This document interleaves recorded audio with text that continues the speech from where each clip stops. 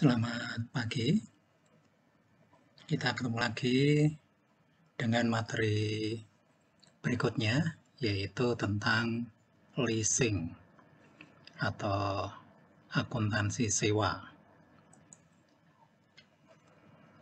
Oke, kita langsung saja mulai.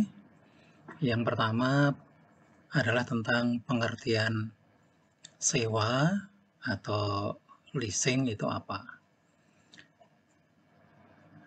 Lease atau sewa adalah persetujuan kontrak antara seorang pemilik aset atau dikenal dengan istilah lessor dan seorang penyewa atau lesi yang memberikan hak kepada lesi untuk menggunakan aset yang dimiliki oleh seorang lessor untuk jangka waktu satu periode tertentu. Nah, periodenya biasanya jangka panjang. Nah, kemudian aset yang dimaksud dalam definisi tersebut apa saja?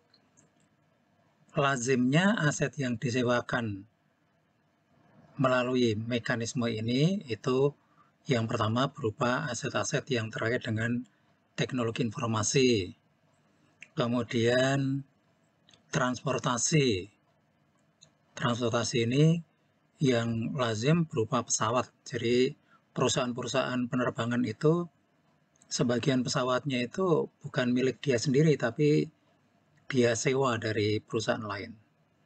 Kemudian truk. Nah, truk di sini itu bukan truk yang kecil-kecil itu, tapi truk yang besar gitu ya. Ini transportasi menggunakan truk ini kalau di negara-negara maju, di negara lain seperti Amerika gitu ya, itu karena wilayahnya luas, jalan-jalannya juga bagus, itu transportasi untuk mengangkut barang itu yang dominan menggunakan truk. Jadi truk merupakan salah satu aset yang lazim disewakan. Kemudian alat-alat konstruksi, ya misalnya crane, alat berat dan sejenisnya, itu juga biasanya perusahaan konstruksi itu menyewa. Ya, dia tidak memiliki sendiri. Meskipun ada satu dua yang dimiliki sendiri. Kemudian alat-alat pertanian. Nah, yang dimaksud dengan alat pertanian di sini tentu saja pertanian untuk skala besar ya, traktor misalnya. Bukan alat pertanian yang kecil-kecil seperti cangkul ya. Cangkul tentunya tidak akan disewakan ya, karena harganya sangat murah itu. Oke, kira-kira itu ya, itu yang memang lazim. Di luar kelompok ini tentu saja ada ya, tentu saja ada. Nah, kemudian berikutnya adalah pihak yang terlibat. Who are the players? Pihak-pihak yang terlibat di dalam bisnis leasing itu ternyata ada 3 pihak ya di sini. Ini menurut statistik yang ada di Amerika Serikat. Bank ini yang paling dominan dengan pangsa pasar atau market share kurang lebih 55%. Jadi yang paling dominan adalah bank. Kemudian yang kedua adalah perusahaan leasing atau leasing company. Ini 31%. Kemudian pihak independen itu 14%. Ya, nah itu yang juga melaksanakan bisnis leasing. Nah, sekarang kita coba melihat secara besar ya, keuntungan leasing. Keuntungan leasing ini bagi penyewa atau lesi paling tidak ada 4. Ya, paling tidak ada 4. Yang pertama, dengan format sewa ini, maka penyewa melakukan atau memperoleh fasilitas pendanaan dengan tarif tetap. Dengan tarif tetap 100% pendanaan dengan tarif tetap itu artinya penyewa itu akan membayar selama masa kontrak misalnya 5 tahun gitu ya, itu dengan tarif tetap. Ya. Nah, tarif tetap ini keuntungannya apa? keuntungannya itu terhindar dari fluktuasi tingkat bunga. Ya, nah ini kan berbeda kalau misalnya dari utang bank misalnya. Kalau ini sudah tetap pembayarannya per tahun itu sesuai dengan kontrak. Kemudian yang kedua, penyewa itu terlindung dari risiko keusangan. Kalau kita memiliki barang sendiri kan, atau aset sendiri itu kan kita menghadapi risiko usang. Usang itu bisa usang dari sisi fisik, bisa juga usang dari sisi teknologi. Kemudian berikutnya adalah fleksibilitas. Ya, dengan sewa ini lebih fleksibel dibanding fasilitas pendanaan lain. Ya, kalau misalnya utang bank kan harus ada misalnya jaminan gitu ya. Kalau pendanaan dengan cara mengeluarkan saham, ini ada prosedur-prosedur yang memang harus diikuti itu. Nah, kemudian dari si price ini merupakan bentuk pendanaan yang murah, lebih murah dibanding mekanisme atau format yang lain. Oke, secara itu jadi memang ada keuntungan-keuntungan tertentu bagi penyewa. Nah, kemudian bagi pemilik aset atau lessor, leasing ini juga memberikan keuntungan. Ya, yang pertama, kontrak sewa sering menghasilkan margin bunga atau interest margin yang profitable, yang menguntungkan. Kemudian yang kedua, kontrak sewa itu dapat menstimulasi penjualan produk lessor. Menstimulasi itu artinya mendorong atau merangsang ya. Jadi sekaligus ini merupakan sarana promosi bagi produk-produk yang dihasilkan dan dijual oleh lessor. Kemudian yang ketiga, kontrak leasing sering menghasilkan keuntungan pajak. Ya, jadi ini tentu saja setiap negara aturan pajaknya beda-beda ya. Tapi secara umum memang kadang-kadang dari si pajak ini juga menguntungkan, artinya lebih sedikit yang dibayarkan dengan kepada pemerintah dengan menggunakan skema leasing ini. Kemudian dapat juga memberikan nilai residu yang tinggi bagi lessor. Ini terutama kalau si penyewa itu melakukan maintenance atau perawatan terhadap aset yang disewa dengan bagus, atau nanti dalam kontrak itu memang ada jaminan. Jadi nanti kontrak sewa itu ada yang nilai residunya dijamin, ada juga yang tidak dijamin. Nah, kalau dijamin ini pasti nanti si penyewa akan melakukan maintenance secara baik dan juga penggunaannya juga lebih hati-hati sehingga nanti nilai residunya itu bahkan lebih tinggi dari yang diharapkan semula. Nah, sekarang kita akan melihat sedikit ya underlying konsep atau konsep yang melandasi leasing. Nah, di sini saudara bisa melihat bahwa kontrak leasing nanti diklasifikasi menjadi dua. Yang pertama adalah finance lease atau dikenal juga dengan istilah sewa pembiayaan atau kalau saya menyebutnya sewa pendanaan itu sama ya. Itu adalah sewa yang mentransfer secara substansial seluruh manfaat dan risiko kepemilikan properti. Properti itu aset gitu ya. Sehingga kontrak sewa tidak dapat dibatalkan. Di sini yang dimaksud dengan mentransfer secara substansial itu adalah seluruh manfaat dan risiko yang biasanya dimiliki oleh pemilik aset itu dialihkan ke penyewa. Jadi yang memanfaatkan itu si penyewa. Sekaligus risikonya itu juga ditanggung oleh si penyewa. Nah, kalau memenuhi kualifikasi ini, maka nanti kontraknya masuk dalam kategori sewa pembiayaan atau sewa pendanaan atau finance lease. Nah, kemudian yang kedua itu adalah operating lease, yaitu sewa yang tidak mentransfer. Jadi hanya sewa menyewa biasa. Seperti halnya kalau saudara menyewa kamar kos gitu ya, setahun gitu. Yaudah, itu operating lease itu. Dan prosedur akuntansinya juga sangat simpel. Ya, debit biaya sewa, kreditnya kas. Sudah seperti itu aja. Nah, sekarang coba Anda lihat di sebelah kanan bawah, ini ada underlying konsep atau konsep yang mendasari kontrak leasing ini. Nah, di sini disebutkan bahwa the issue of how to report leases, jadi bagaimana untuk melaporkan kontrak sewa itu, ya, is the classic case of substance versus form.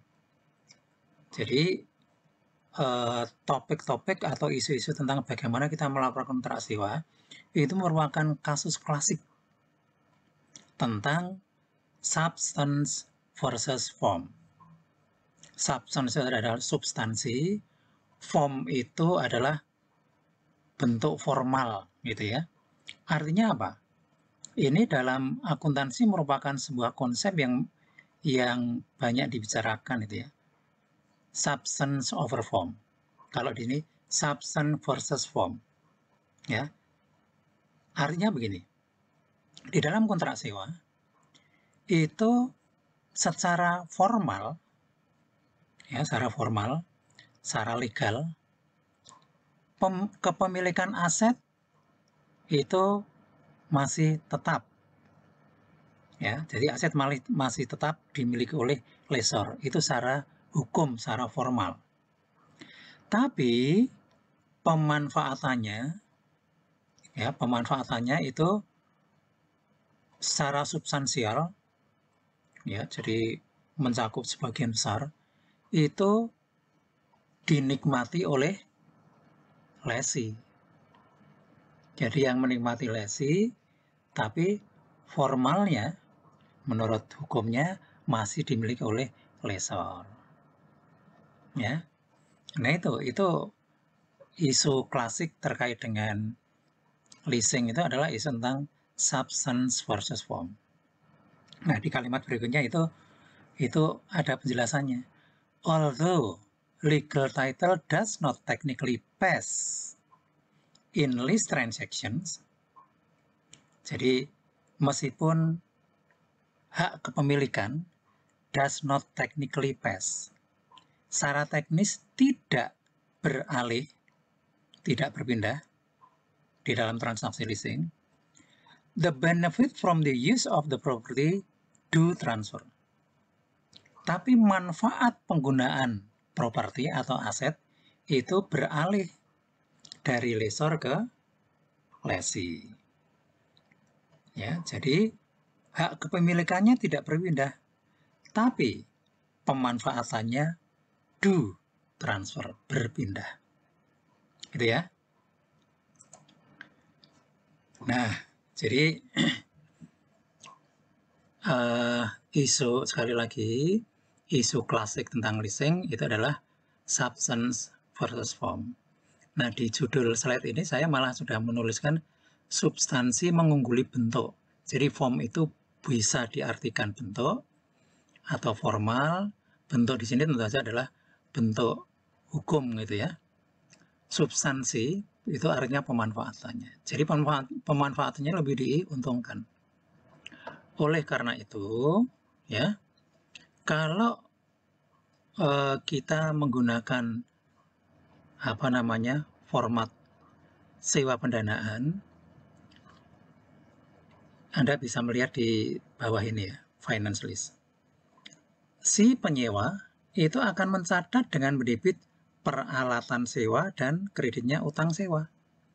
Jadi seolah-olah dari si akuntansi itu tuh miliknya lesi. sehingga nanti setiap akhir periode juga disusut, diamortisasi atau didepresiasi. Itu dari si akuntansi. Jadi akuntansi itu lebih mengutamakan substansi. Ya, maka dikatakan substansi atau substance mengungguli form. Substance over form. Nah, sering disebut begitu ya. Jadi akuntansi itu lebih mengutamakan substansi dibanding bentuk atau dibanding formalnya. Ya, sehingga di situ lesi itu akan mendebit peralatan sewa, kreditnya utang sewa.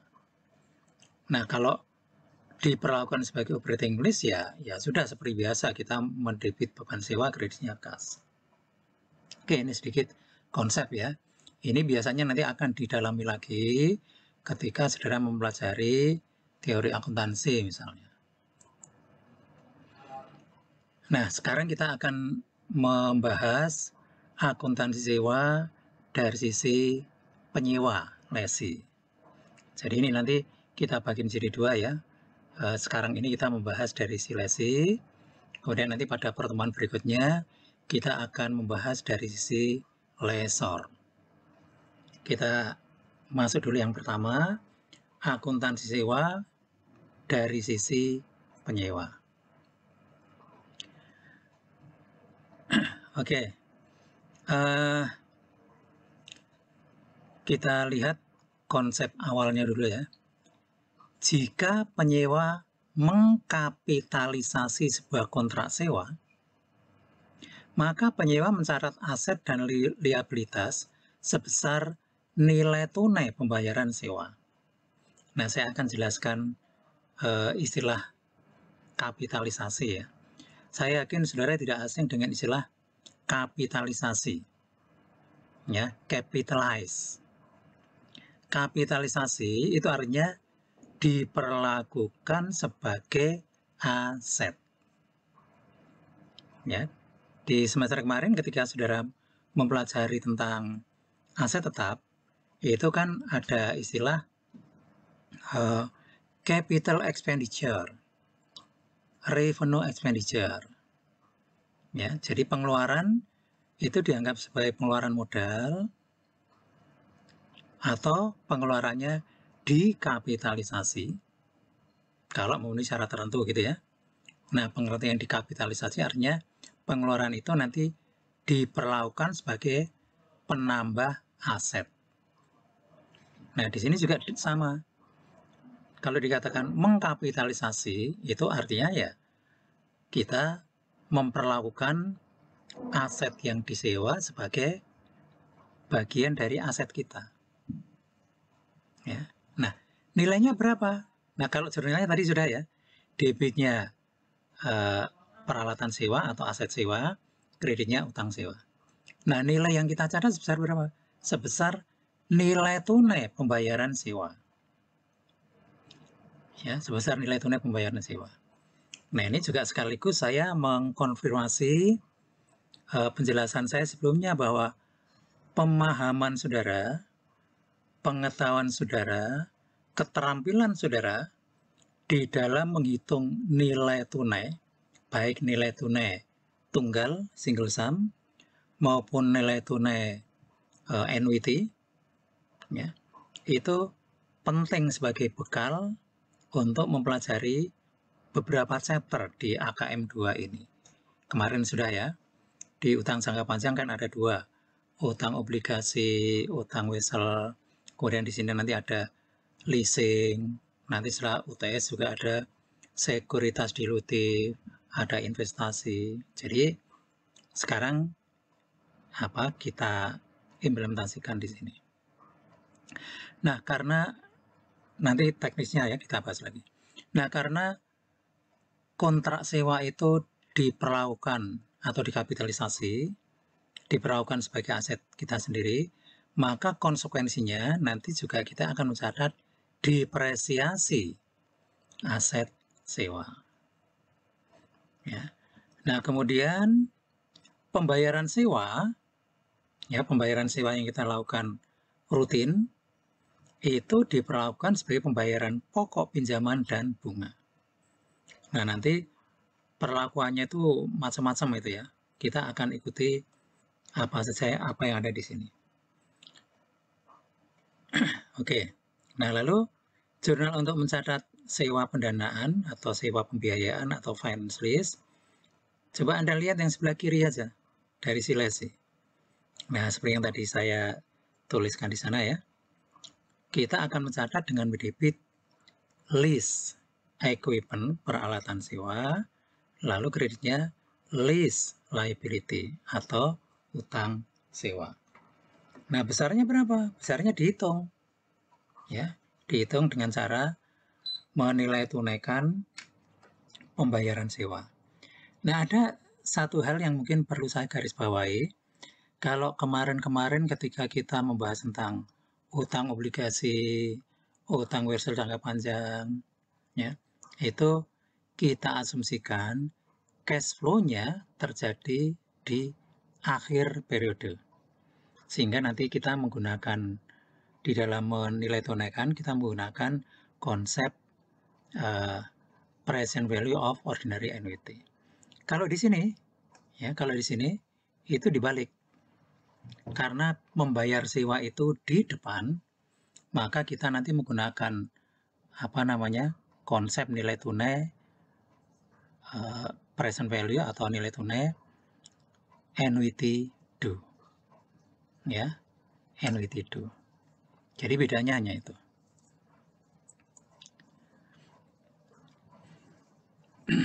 Oke. Nah, sekarang mengenai kriteria. Sebuah kontrak sewa itu diperlakukan sebagai finance lease apabila salah satu kriteria di bawah ini terpenuhi. Jadi cukup salah satu ya. Cukup salah satu, tidak perlu lebih dari satu. Jadi cukup salah satu. Yang pertama, di dalam kontrak sewa itu ada transfer kepemilikan properti kepada penyewa. Ini yang pertama. Kemudian yang kedua, di dalam kontrak sewa itu ada opsi beli. Yang dimaksud dengan opsi beli itu di akhir masa kontrak, penyewa itu boleh atau bisa memilih untuk membeli aset. Itu opsi beli di akhir kontrak ya. Kemudian yang ketiga, jangka waktu sewa mencakup sebagian besar umur ekonomis aset.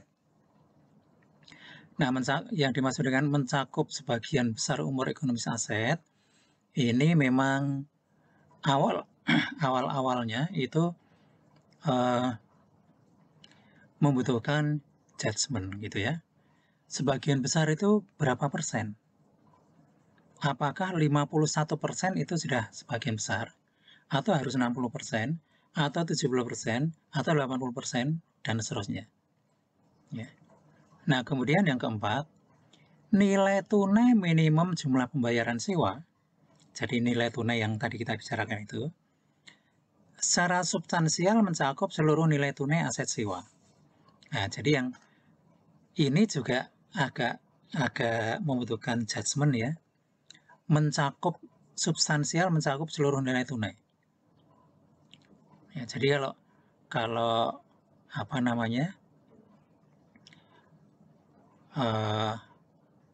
kita menilai tunaikan hasilnya misalnya 90. Lalu apakah 90 ini sudah mencakup secara substansial? Nah, ini nanti membutuhkan judgement ya.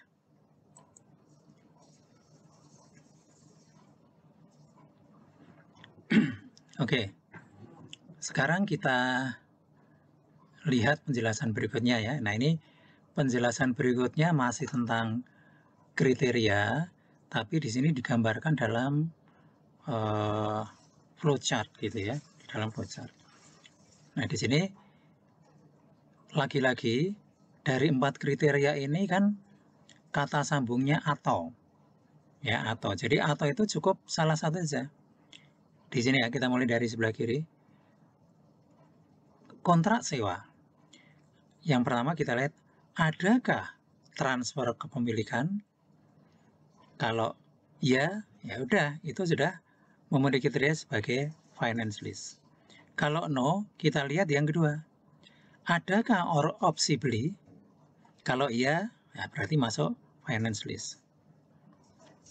Kalau tidak, masih ada yang berikut yang perlu kita lihat. Apakah jangka waktu sewa itu mencakup sebagian besar umur ekonomis aset? Nah, kalau itu jawabannya iya, berarti masuk kategori finance lease. Tapi kalau no, jadi 1, 2, 3 no, masih ada satu lagi kriteria yang bisa kita periksa sini. Apakah nilai tunai pembayaran sewa itu secara substansial mencakup seluruh nilai wajar? Ya, nah nilai wajar itu ya kalau saat ini ya sama dengan nilai tunai itu sebetulnya. Ya. Nah kalau jawabannya yes, ya berarti masuk kategori finance lease.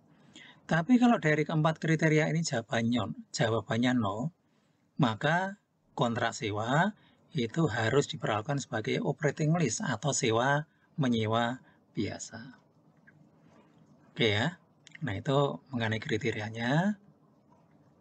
Sekarang kita masuk ke ilustrasi atau contoh. Misalnya pada tanggal 1 Januari 2019, CNH Capital dan Invahu Mines Ltd menandatangani sebuah kontrak sewa yang mengharuskan CNH untuk menyewakan sebuah backhoe, alat berat ya. Ini kalau kita nyebutnya bego gitu ya, backhoe atau bego gitu, kepada Ivanhoe senilai mulai 1 Januari 2019. Nah, isi kontrak secara rinci adalah sebagai berikut.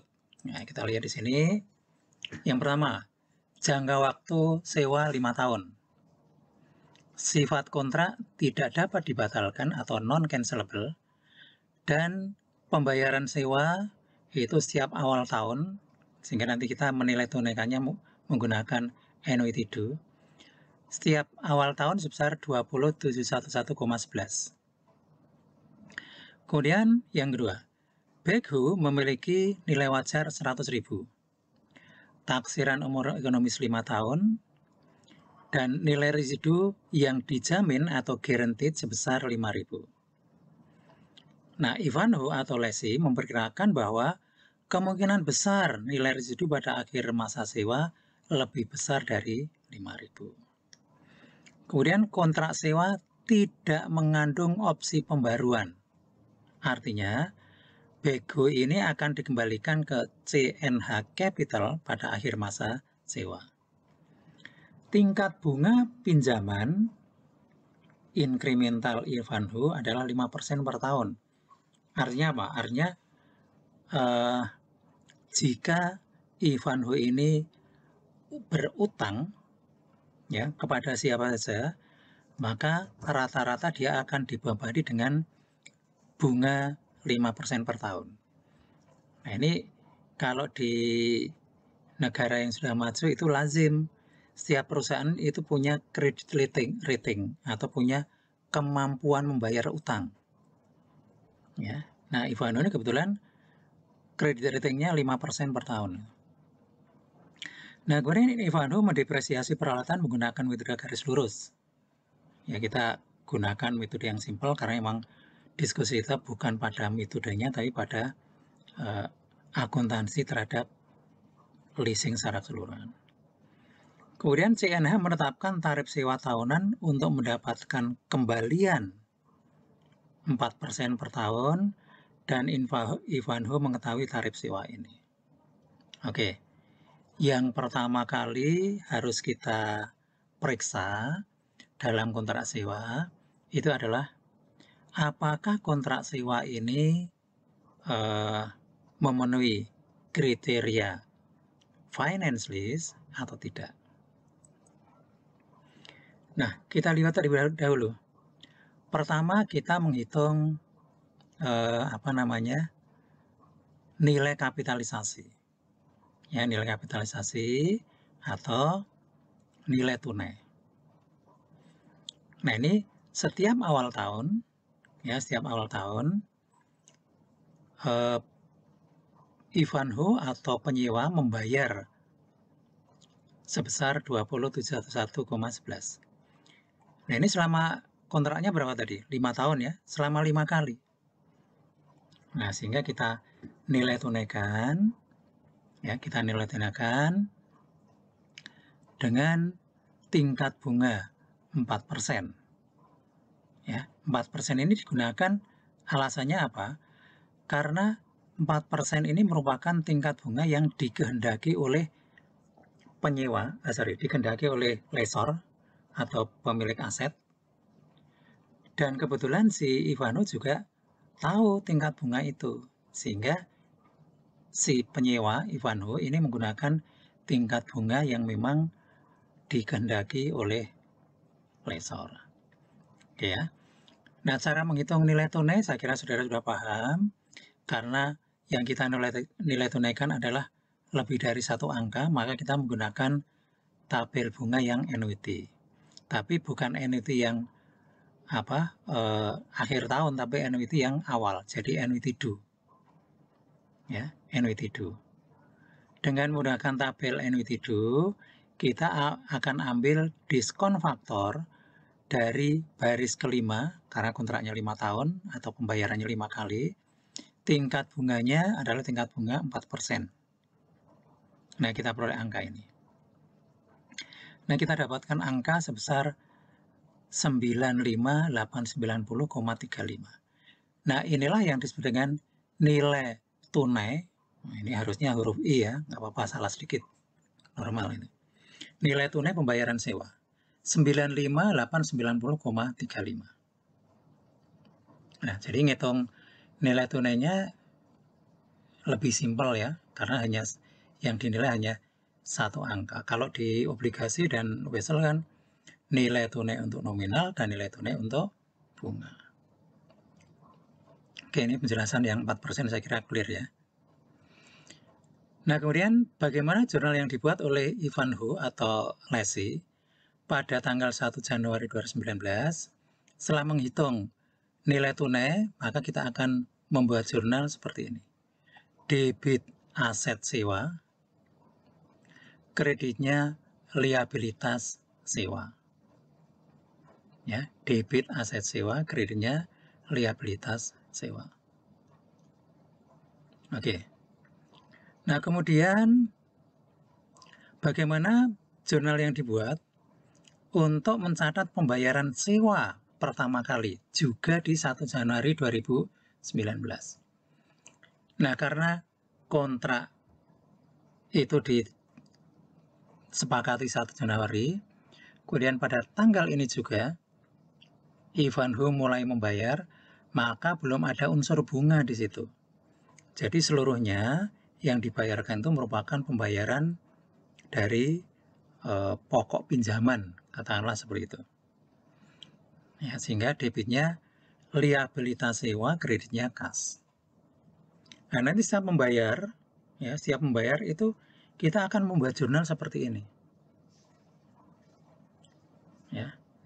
Nah, mungkin dari sini Anda sudah mulai bertanya-tanya, Pak, kalau kita membayar 5 kali, setiap kali kan kontraknya 5 tahun ya, kita membayar 5 kali, kemudian setiap kali membayar itu 20.711,11, itu kalau dikalikan 5 kan angkanya lebih dari 100. Padahal liabilitas sewa kita kan hanya 95.890. Gitu kan? Nah, nanti akuntansinya itu mirip dengan kalau obligasi dijual dengan diskon. Ya, dijual dengan diskon. Setiap tanggal bunga kalau di obligasi itu kan ada yang namanya amortisasi diskon. Amortisasi diskon itu nanti akan dikreditkan ke utang obligasi. Nah, ini juga demikian.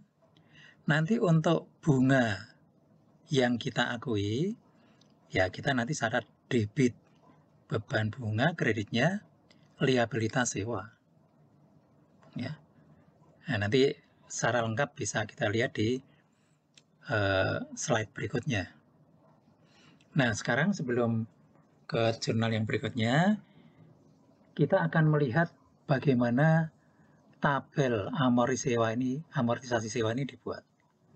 Nah, ini kan kalau kita lihat mirip ya, tapi lebih sederhana. Mirip dengan tabel yang pernah Anda buat. Ya, bedanya kalau di sana itu kan bunganya ada 2 kalau di obligasi. Kalau ini hanya 1. Oke. Pertama ini tanggal. Tanggal dimulai dari tanggal kontrak. Ini kita tulis 2 kali karena di sini pertama belum ada pembayaran, kemudian pembayaran pertama juga dilakukan pada tanggal 1 Januari 2019. Kemudian berikutnya 1 Januari 2020, berikutnya 21, 22, dan 23. Oke. Nah, kemudian pada kolom berikutnya adalah pembayaran sewa tahunan. Pembayaran sewa tahunan, ya, pembayaran sewa tahunan ini sama terus kan setiap kali pembayaran, yaitu 20 di 11,11. Nah, kemudian berikutnya adalah beban bunga. 4%, ngitungnya dari mana nanti ya. Kemudian berikutnya penurunan utang sewa, dan yang terakhir adalah saldo utang sewa. Nah, pertama di 1 Januari pada pada baris pertama belum ada pembayaran sewa, belum ada bunga yang diakui, belum ada penurunan utang sewa, maka saldo utang sewa sesuai dengan perhitungan kita tadi 95890,35. Oke. Nah, kemudian berikutnya kita membayar juga di tanggal ini. Ya, kita bayar 20/11,11 karena di tanggal yang sama berarti beban bunga belum ada ini. Maka kita anggap pembayaran sekian ini seluruhnya merupakan penurunan utang sewa. Nah, sehingga utang sewa yang baru adalah 95890,35 dikurangi 2711,11 sama dengan 75.179,24. Ya. Oke. Nah, kemudian berikutnya 1 Januari 2020 kita bayar lagi 20/11,11. Nah, dari yang kita bayarkan ini itu sebagian kita akui sebagai beban bunga. Ya, kita akui sebagai beban bunga.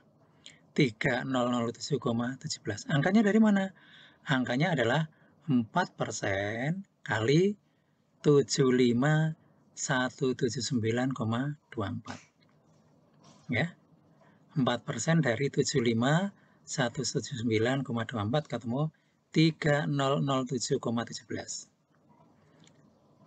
Nah, kalau kita membayar 2711,11 yang sekian ini sebagai beban bunga, maka penurunan utang sewanya adalah 2711,11 dikurangi 3007,17 ketemu 17.703,94.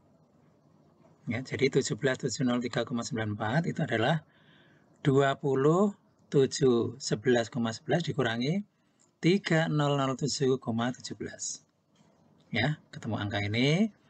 Nah, sekarang saldo utang sewa yang baru adalah saldo sebelumnya 75179,24 dikurangi 17.707,94 ya. Ketemu 57.475,30. Dan seterusnya. Baris ketiga, keempat, kelima ya. Sama ini caranya. Nah, sehingga di akhir tahun 1 Januari 2023 saldo utang sewanya sudah habis karena sudah dilunasi. Nah, ya. Nah, sekali lagi tabel ini penting karena nanti kita membuat jurnal ya berdasarkan tabel ini. Nah, tadi kita sudah membuat jurnal 1 Januari ketika terjadi kontrak sewa. kita mendebit aset sewa, kredit, liabilitas sewa 95.890,35. Kemudian 1 Januari 2019 juga kita membuat jurnal untuk mencatat pelunasan atau pembayaran sewa pertama kali. Ya, debit liabilitas sewa, kreditnya kas. Nah, sekarang setelah 2019 ini berlalu, kita sampai pada akhir 2019.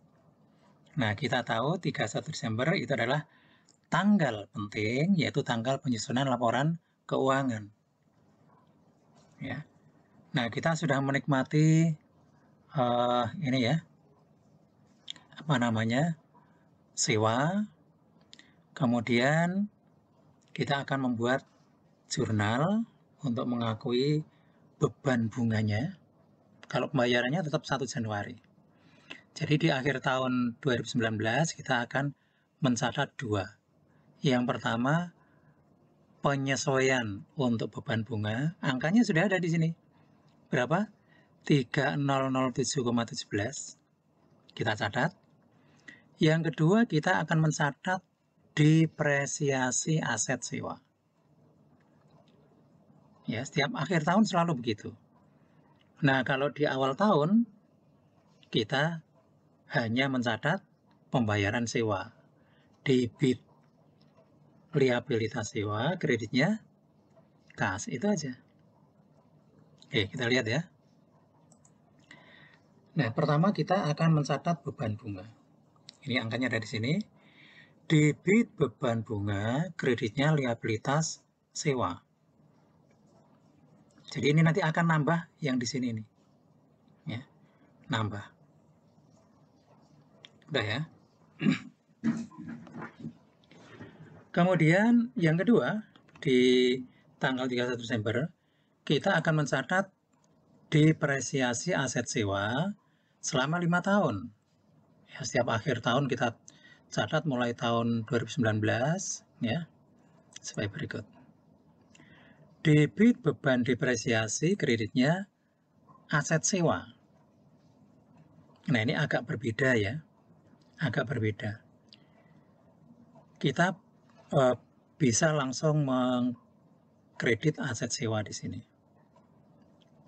Beban depresiasi kredit aset sewa 19.178,07.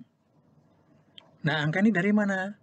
Angka ini berasal dari ini angka aset sewa yang kita tulis di jurnal awal tadi dibagi 5 tahun.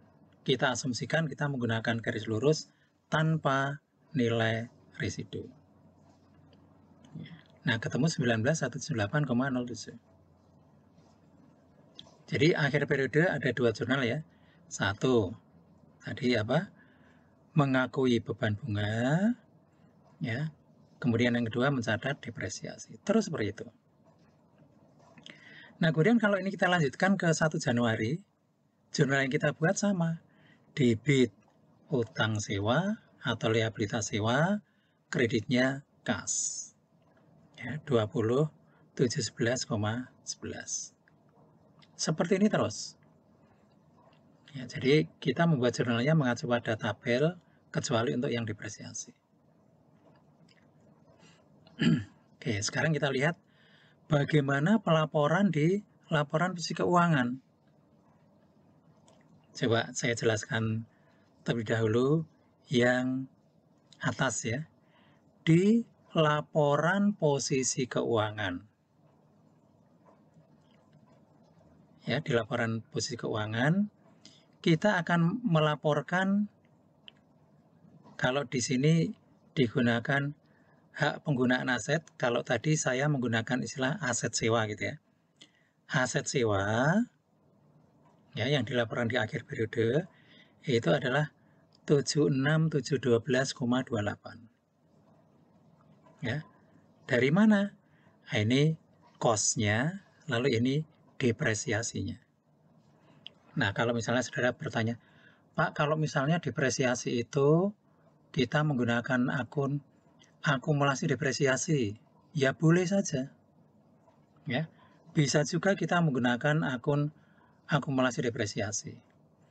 Nah, sehingga yang kita laporkan di sini nanti cost-nya masih tetap, akumulasi depresiasinya sekian, kemudian ini nilai buku. Nah, ini nilai bukunya. Jadi di sisi kiri laporan sisi keuangan atau di sisi aset seperti ini. Ini kita sebutkan nilai buku.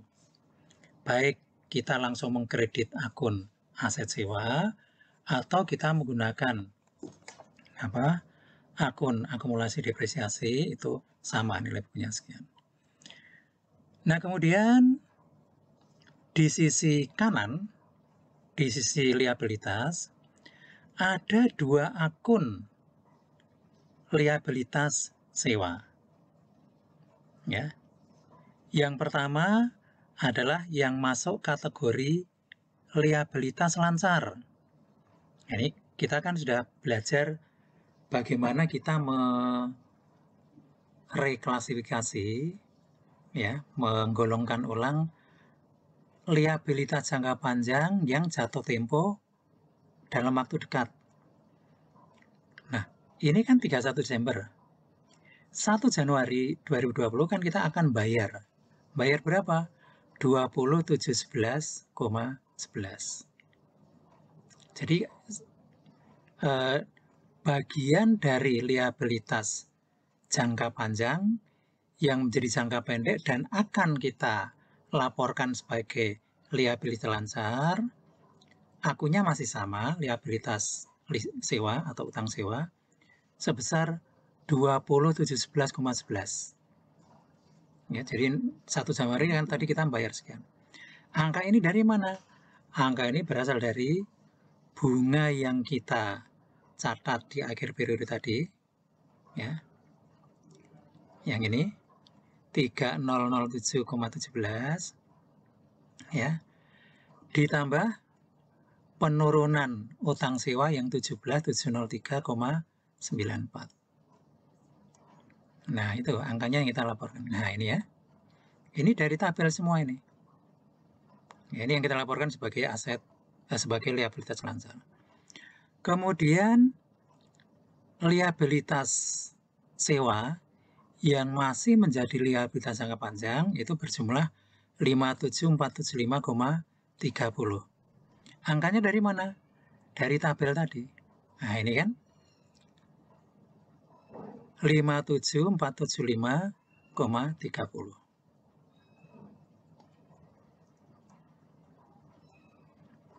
Nah, itu ya. Jadi totalnya yang nanti kita laporkan sekian ini. Nah, itu pelaporan kontrak sewa di laporan posisi keuangan baik di sisi aset maupun di sisi liabilitas. Sisi liabilitas ada dua pelaporan ya, yaitu untuk bagian dari liabilitas sewa yang menjadi jangka pendek dan bagian dari liabilitas sewa yang masih jangka panjang. Nah, kemudian di laporan laba rugi kita akan melaporkan informasi tentang kontrak sewa itu berupa apa? Yang pertama adalah beban sewa yang sudah kita buat jurnalnya tadi sebesar 3007,17. Kemudian yang kedua adalah beban depresiasi ya 19.178,07. Ini juga sudah kita catat di jurnal tadi. Oke, nah ini pelaporan di laporan posisi keuangan. Sudah ya? Oke, kita teruskan ya. Jika pada akhir masa sewa, lesi atau Ivanhoe itu ternyata memutuskan tidak mengembalikan aset ke pemilik, tapi memutuskan untuk membeli, ya, membeli dengan harga 5.000, maka jurnal yang dibuat adalah sebagai berikut. Debit peralatan kredit kas. Nah, di sini pada tahap ini semua akun yang terkait dengan sewa itu sudah tidak digunakan lagi karena saldonya sudah nol semua. Liabilitas sewa, kemudian aset sewa, dan seterusnya itu sudah bersaldo nol. Nah, sehingga jurnal yang dibuat seperti ini. Kemudian perlakuan untuk aset yang dibeli ini nanti sama dengan aset tetap yang lain, baik untuk depresiasi dan lain sebagainya itu sama persis dengan aset tetap yang lain. Oke, saya kira itu ya tambahannya. Nah, sekarang kita masuk ke kasus yang berikutnya. Kalau tadi di contoh 1 itu di dalam kontrak disebutkan bahwa nilai residunya itu 5.000 dan dijamin. Ya. Nah, sekarang apabila nilai residunya itu bukan 5.000 tapi hanya 3.000. Misalnya di sini lesi menaksir nilai residu bego pada akhir masa sewa itu hanya 3.000. Nah, karena si penyewa ini menjamin nilai residunya 5.000 tapi ternyata dari taksiran hanya 3.000, maka konsekuensinya si lesi ini harus membayar kekurangannya. Sehingga di sini Ivanto memasukkan kekurangannya atau selisih 2.000 di dalam skema pembayaran sewa. Nah, perhitungannya seperti ini. Pertama dilakukan perhitungan nilai tunai pembayaran sewa tahunan persis seperti tadi. Ya, hasilnya 95.890,35. Kemudian ditambah dengan nilai tunai untuk kekurangan nilai residu tadi, 2.000. Nah, ini karena hanya satu angka, maka perhitungan nilai tunainya menggunakan tabel present value of single sum. Cara ngitungnya seperti apa? Saudara sudah sangat paham sehingga tidak perlu saya elaborasi. Hasilnya 1643,86. Nah, kemudian kita jumlahkan. Nah, dalam kasus yang kedua ini, penyewa akan mengakui jumlah atau nilai aset sewa dan nilai liabilitas sewa sebesar 97.534,21. Nah, jurnal yang dibuat pada tanggal 1 Januari prinsipnya sama, ada dua jurnal. Pertama untuk mencatat kontrak sewa, sama dengan tadi, hanya berbeda angkanya karena ada tambahan nilai tunai yang 2.000 tadi ya. Kemudian yang kedua, pembayaran sewa pertama kali sama persis baik akun yang digunakan maupun nilainya. Tabel yang dibuat juga hampir sama kecuali saldo liabilitas sewa awal mengalami perubahan tadi ya. Kemudian perhitungan-perhitungan yang lain sama. Nah, kemudian nanti di bagian akhir ada tambahan pembayaran 2.000. Ya, terdiri atas penurunan liabilitas sewa yang tadi sudah masuk dalam perhitungan. Ini terakhir kan 1923,18. Selisihnya diakui dan disyarat sebagai biaya atau beban bunga. Oke. Nah, sekarang kita lihat perbandingan jurnal apabila ada pembayaran ekspektasian 2.000 dan apabila tidak ada. Tanggal 1 Januari saat kontrak ditandatangani, kita lihat berbeda angkanya ya. Kalau yang sebelah kiri itu memasukkan unsur nilai tunai yang 2.000, kalau yang di sebelah kanan tidak ada. Pembayaran sewa sama karena memang pembayaran sewanya berjumlah 20.711,11. Kemudian penyesuaian utang bunga juga berbeda. Sebagai konsekuensi ada tambahan nilai tunai yang 2.000 tadi ya. Tapi akun yang digunakan sama, debit beban bunga, kreditnya liabilitas sewa. Nah, ini angka-angkanya kita ambil dari tabel. Sehingga sekali lagi kalau saudara bisa membuat tabel ya memudahkan ketika membuat jurnal. Kemudian pencatatan beban depresiasi ini juga akunnya sama, hanya berbeda angkanya. Yang sebelah kiri karena memang aset sewanya lebih besar, maka beban depresiasi per tahun juga lebih besar. Pembayaran kedua 1 Januari sama, ya, sama. Kemudian yang terakhir, pembayaran final di 1 Januari 2024, kalau di sisi kiri itu ada pembayaran 2000, ya, jurnalnya debit liabilitas sewa, kreditnya kas 2000, sedangkan yang di sebelah kanan tidak ada jurnal, alias no entry. Nah itu ya, itu kasus tambahan. Nah sekarang bagaimana kalau nilai residu itu unguaranteed, tidak dijamin? Kita lihat kasusnya. Misalnya pada tanggal 1 Januari 2019, Hathaway atau lessor dan Mark and Spencer PLC, disingkat MNS gitu ya, bertindak sebagai lessee menandatangani kontrak sewa. Disepakati bahwa Hathaway akan menjamin hak untuk menggunakan sebuah alat. Nah, informasinya bisa kita lihat di sini ya.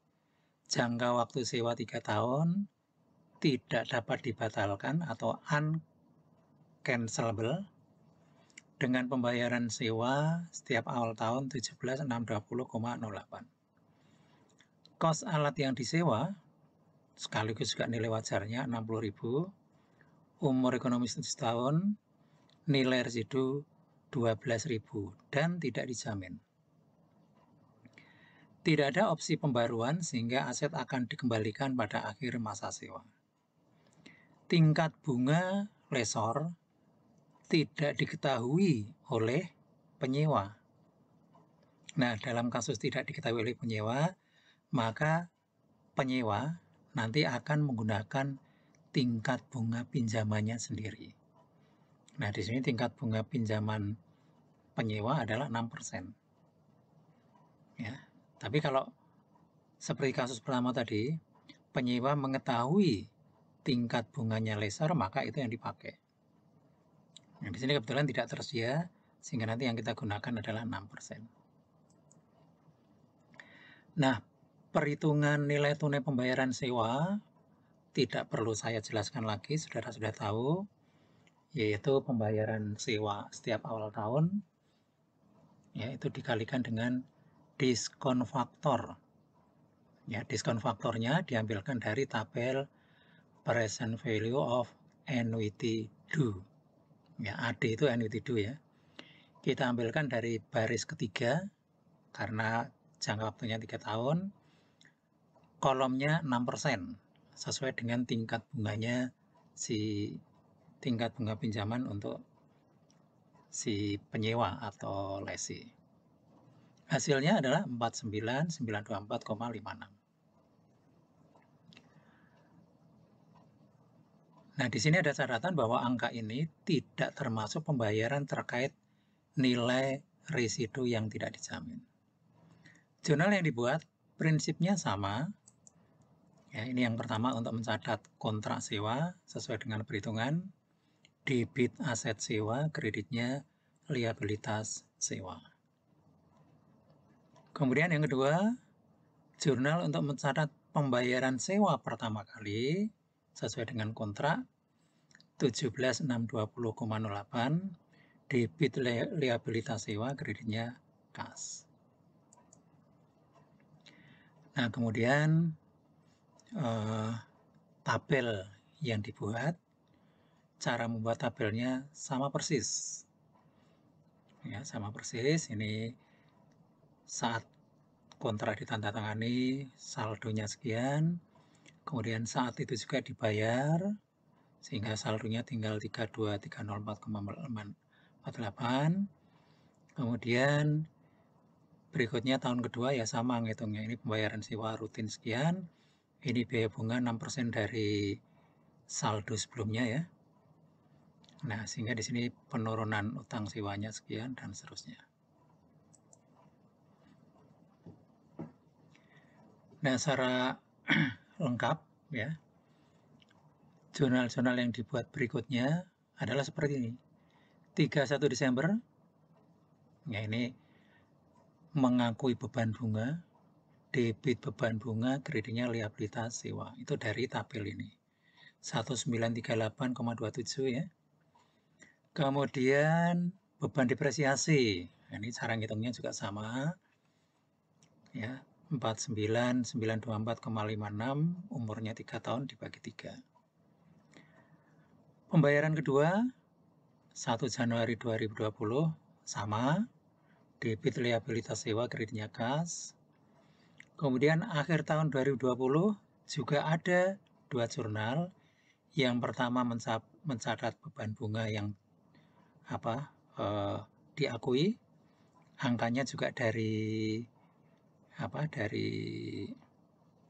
tabel ini ya, 997,41.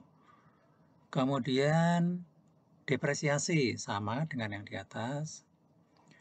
Pembayaran sewa ketiga ya, 1 Januari 2021 sama, debit liabilitas sewa, kreditnya kas. Kemudian pencatatan amortisasi atau depresiasi 16.641,52. Nah, saya ada sedikit catatan mengenai istilah amortisasi.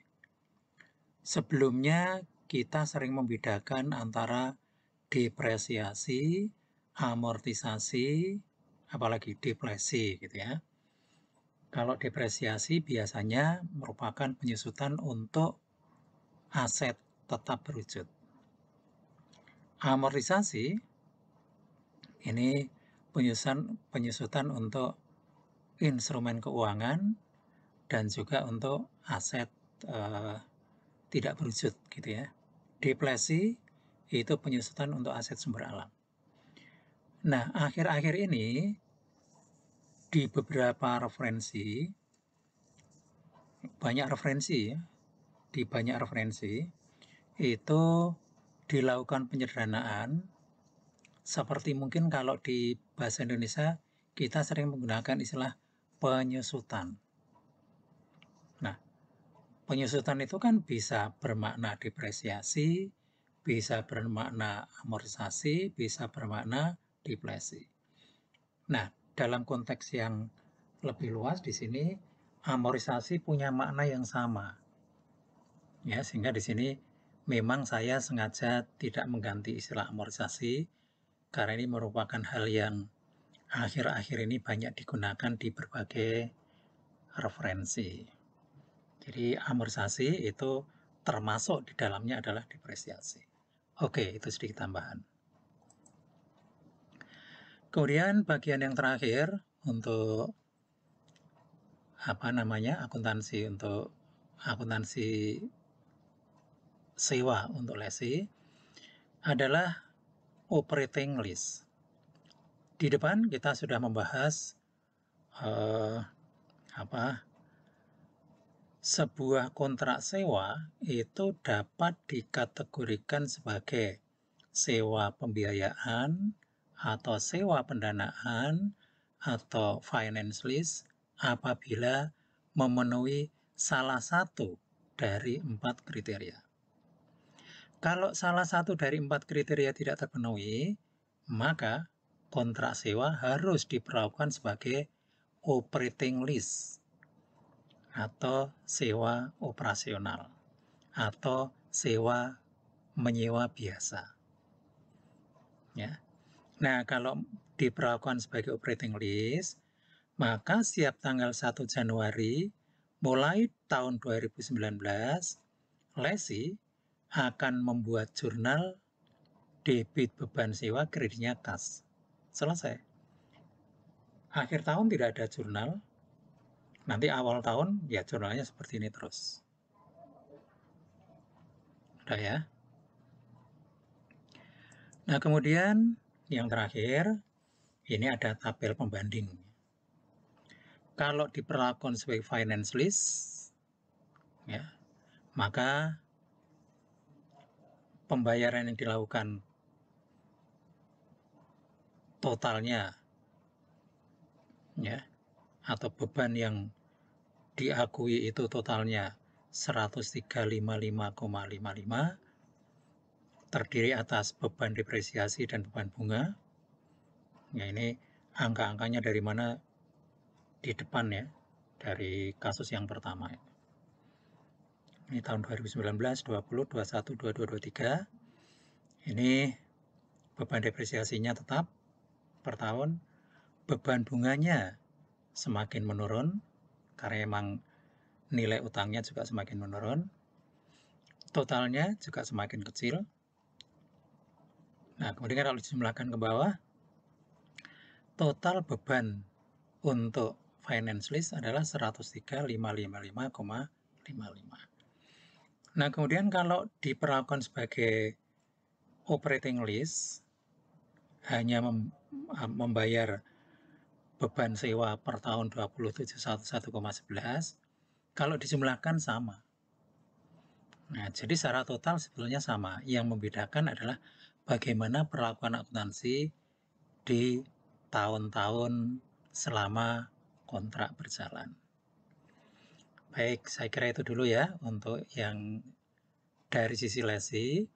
Untuk yang dari sisi lesor, kita akan bahas pada kuliah sesi yang berikutnya.